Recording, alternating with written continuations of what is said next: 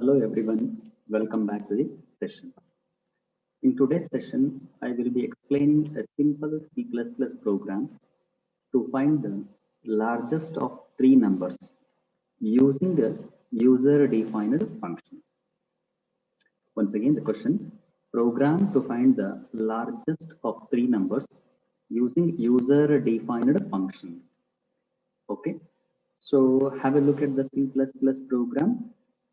So here there are two functions. One is main program, another one is subprogram. One is main program, another one is subprogram. Okay. So from here to here, this is what the main program, or else you can call it as a calling function.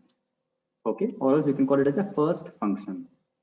And here to here, this is nothing but a subprogram or called function.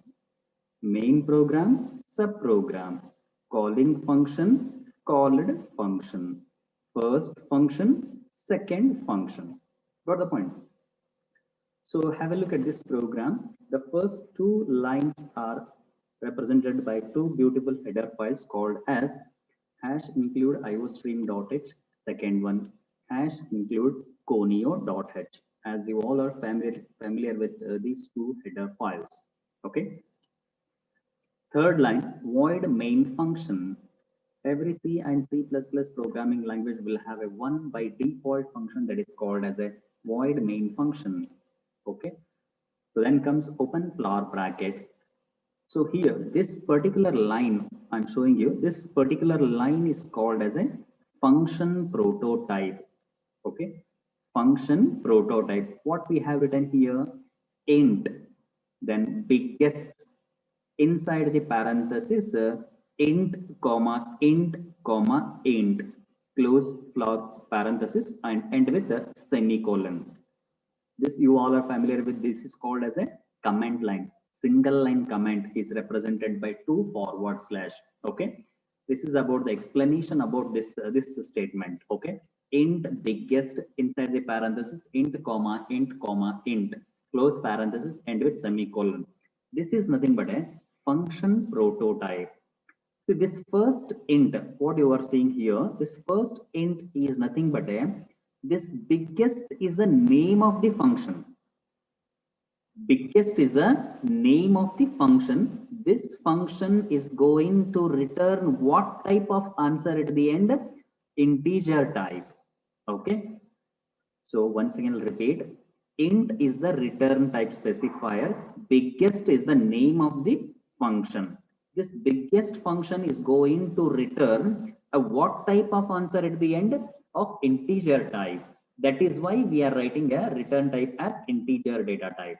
That means this biggest is an user defined function. This function manipulates and it returns the answer of type integer type. Got the point? That is why we are writing here the data type as integer.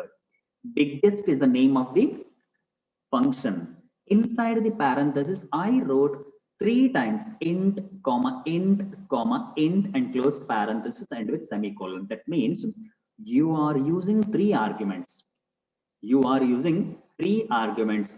Those 3 arguments are of type integer type. That is why we are mentioning their arguments type. We are mentioning here their arguments type. First argument is of integer, second argument is also of type integer, and third argument is also of type integer. You can call it as an argument or you can call it as a parameters. Got the point? So end with semicolon. This line is called as a function prototype. Got the point? So then declaration of a variables. Here I have declared 4 variables: a comma b comma c comma big. A comma b comma c comma big. 4 variables have been declared of type integer data type. Okay. Then comes CLR SCR. As you all are familiar with the term called as a CLR SCR, stands for clear screen function. So cout stream insertion within the double quotation. This statement is asking me to provide, please enter 3 numbers. This statement is asking me to enter 3 numbers. So I will input some 3 numbers. At the same time, please you make a note of those 3 values in your rough notebook. Okay. While observing this program, you please make a note of 3 values, as I'm going to tell you the 3 values. So 5, 10, and 8. 5, 10, and 8. You please write A equal to 5, B equal to 10, C equal to 8. Over. Right. Accepted 3 values with the help of a beautiful input statement. Cin stands for console input. Stream extraction A, stream extraction B, stream extraction C, and with semicolon. This way of writing is known as cascading of input, as we have discussed in the chapter called as the input-output operators, isn't it? Cascading of input, right? So accepted 3 values. So once again, I'll tell you those 3 values. 5 is for A, 10 is for B, and 8 is for C, isn't it?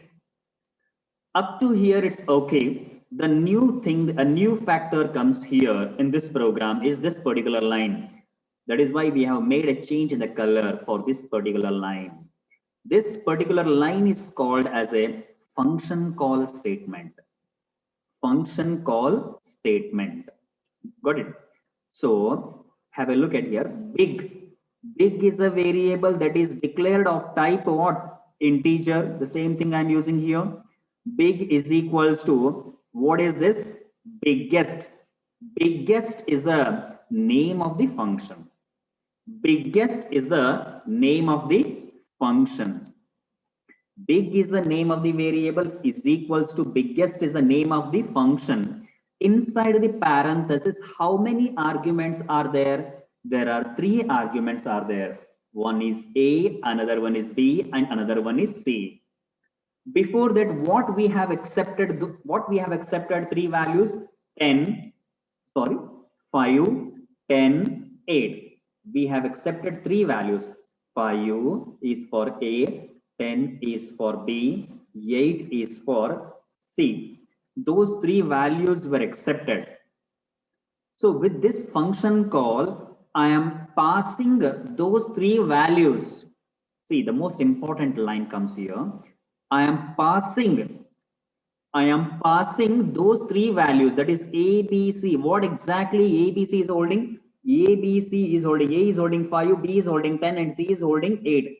I am passing these 3 values from main program to sub program, or else calling function to called function. I am passing from, this is what the main program, and this is downside what you are seeing, what the different colored lines. This is nothing but a sub program.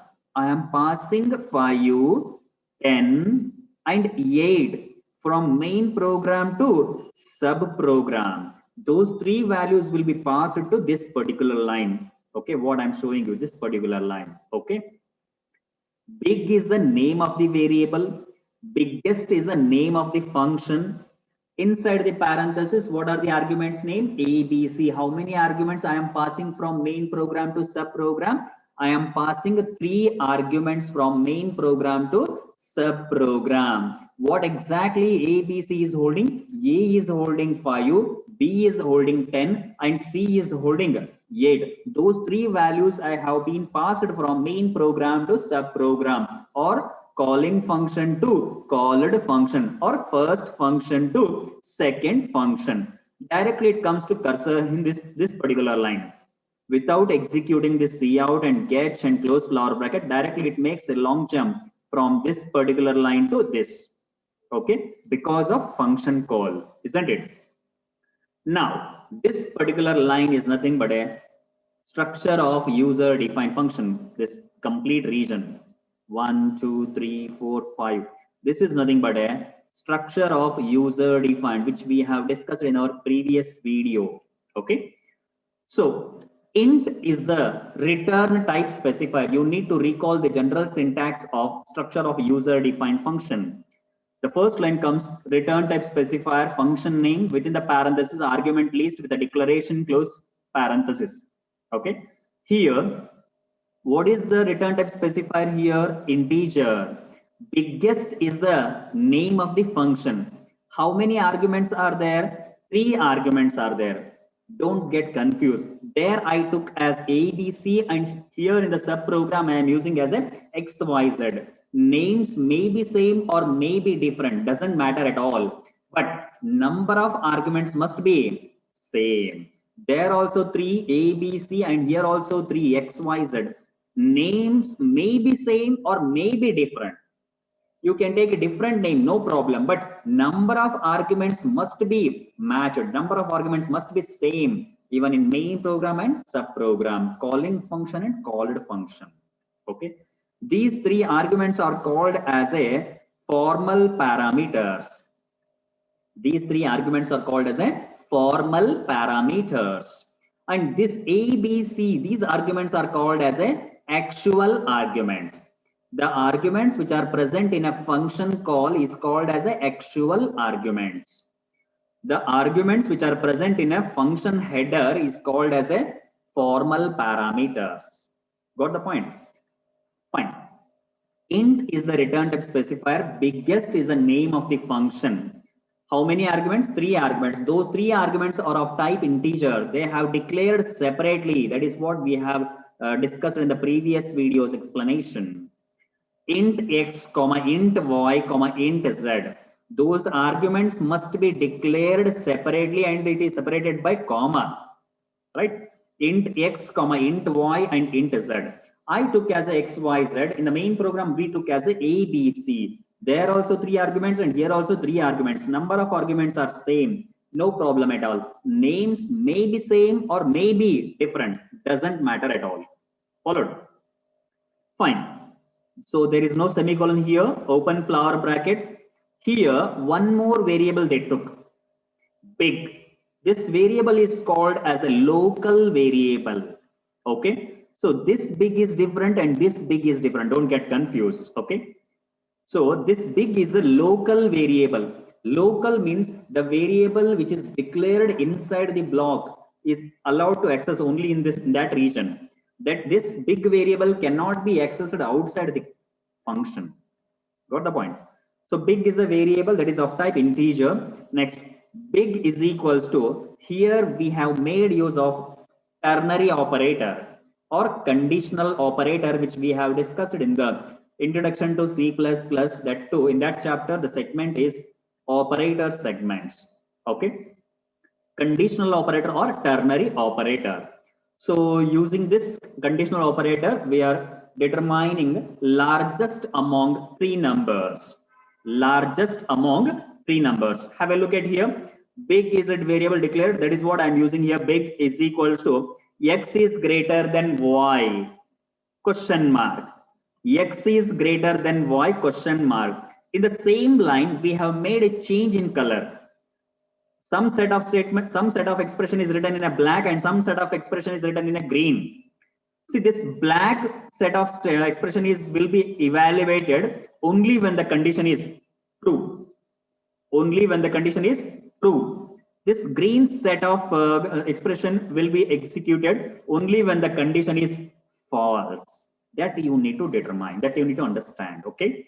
So this ternary operator works exactly like a if-else structure that we have discussed in during the offline time. Okay. Big is equals to x is greater than y question mark. This black set of expression will be evaluated only when this condition is true. And this green set of expression will be evaluated only when the condition is false. That you need to remember. Got the point? In between we have a colon here and this is expression is ended with semicolon. So now let us substitute the value as you have already noted those 3 values. What values you have? For A, 5, for B, you have 10, and for C, you have 8. Those 3 set of values were passed by this line. Okay, here. So what exactly X is having now? 5, and Y is having 10, and Z is having 8. That is, X is holding 5, Y is holding 10, and Z is holding 8. Okay. Now what we will do, we'll just substitute those 3 values here. Big is equal to X is greater than Y. X is greater than Y. You substitute the value of X and Y in the expression. The value of X is 5 and the value of Y is 10. Value of x is 5 and the value of y is 10. 5 is greater than 10. 5 is greater than 10. Condition is false. So condition false means I won't execute this black set of expression because my condition is false. So I'll execute after this colon with a green set of expression which is marked with a green color. I'm going to evaluate this expression. I am skipping this black marked expression because my condition is false. I will execute this expression only when the condition is true. Followed. My condition is false. X is greater than y. X is 5. Y is 10. 5 is greater than 10. Condition false. So I will execute this. Y is greater than Z. Y is greater than Z. What is the value of Y? 10. What is the value of Z? 8. 10 is greater than 8. 10 is greater than 8. Yes, it is true. Yes, it is true means we'll execute the value y. We'll immediately execute y before colon. Okay. So what is the value of y? 10. 10 will be assigned to which variable? Big variable. Okay. So once again, big is equal to x is greater than y. The value of x is 5 and the value of y is 10. 5 is greater than 10. Condition false. Condition false means I won't execute this black colored expression. We'll execute this green colored expression. So again, I have expression y is greater than z. What is the value of y? 10. Z 8. 10 is greater than 8. Condition true. Condition true means we'll execute before the colon. Okay. Suppose if the condition is false means we'll execute after the colon. So my condition is true. 10 is greater than 8. Condition true. True means y value will be assigned to which variable? Big. What is the value of y? That is 10. 10 is assigned to which variable? Big. Now at the end, before closing flower bracket, return what? Return big. What exactly big is holding? Big is holding 10. That value will be sent back to the main program here. Okay. So now this value return big means big is holding 10. That 10 will be sent back from this calling from called function to calling function. 10 will be assigned to big. Now in the next line, with the help of an output statement, I am going to print the final answer. See out stream insertion within the double quotation biggest is equals to will print as it is because that is written under double quotation. Stream insertion big. What is the value of big? 10. It is going to print its content. That is what 10. After that cursor comes to the next line because of endl manipulator. This semicolon represents end of statement and get function. And this close flower bracket indicates end of C++ program. So in this entire program, two functions are there. One is calling function, another one is called function. With the help of called function, we are able to determine which is the largest among three numbers by making use of a ternary operator or conditional operator. Followed? Okay. So thank you for watching this video.